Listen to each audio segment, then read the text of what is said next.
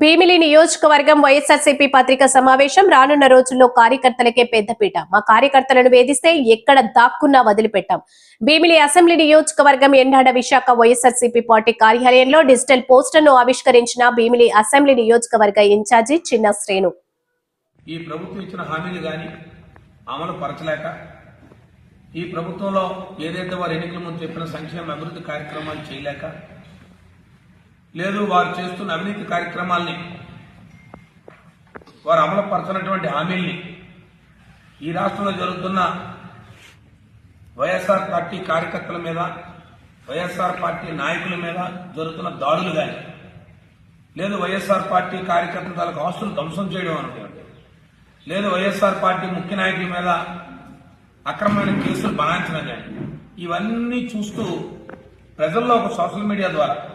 YSR party కార్యకర్తలు పెద్ద ఎత్తున నిజాల్ని ప్రజలకు బహిర్గతం చేయడం. ఎందుకంటే కూటమిలో ప్రధాన భాగస్వామి తెలుగుదేశం పార్టీకి మరి వారికి కొన్ని మీడియా సంస్థలు, కొన్ని పత్రికలు మరి ఎప్పటిలాగానే వారిని అబద్దాల్ని నిజాలుగా చూపించే కార్యక్రమాన్ని చేస్తూ గత కాలంగా జరిగిన ఎన్నికల ముందు జరిగిన కార్యక్రమాన్ని కొనసాగిస్తూ ఉంటే,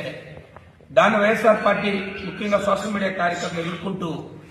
ప్రజలకు జరుగుతున్న నిజాలను తెలియజేస్తూ ఉంటే, మరి ప్రభుత్వంలో పెద్దలు దాన్ని ఓర్చుకోలేక, నిజాలు ప్రజలకు తెలుస్తున్నాయని వారు దాన్ని భరించలేక వైఎస్ఆర్ పార్టీ కార్యకర్తల మీద అక్రమంగా సోషల్ మీడియా కార్యకర్తలు ముఖ్యంగా కేసులు బనాయించే కార్యక్రమాలు, ముఖ్యంగా వైఎస్ఆర్ పార్టీ కార్యకర్తల మీద అక్రమంగా కేసులు బనాయించే కార్యక్రమాలు, ముఖ్యంగా మీకు ఉదాహరణగా చెప్తా ఉంటే ఇటీవల యూరియా కార్యక్రమం, ముఖ్యంగా రైతులకు యూరియా దొరకలేదని చెప్పి రాష్ట్రంలో రైతాంగం అంతా కూడా ప్రభుత్వం మీద తిరగబడే కార్యక్రమం, ఆఫీసులకు వచ్చి తెల్లవారు 4 గంటల నుంచి రాత్రి 11 వరకు క్యూలో నిలబడి, కానీ అధికారులు కానీ ఇటు ప్రజాప్రతినిధులు కానీ ఏం చెప్తారు, ప్రభుత్వం పెద్దలు ఎక్కడ కావాలంటే అక్కడ యూరియా కావాలని సోషల్ మీడియాలో మీకు చెడు దుష్ప్రచారం చేస్తానని చెప్తారు. కానీ క్షేత్రస్థాయిలో చూస్తూ ఉంటే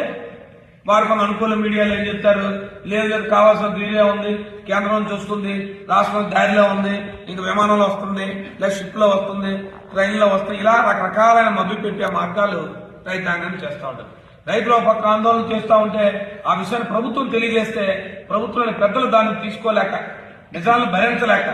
ఇవాళ సోషల్ మీడియా కార్యకర్తల మీద కేసులు. ముఖ్యంగా ఈ రాష్ట్రంలో నాకు తెలిసి ఈ రాష్ట్రంలో ఎప్పుడూ కూడా ఒక న్యాయమూర్తి, న్యాయస్థానంలో న్యాయమూర్తి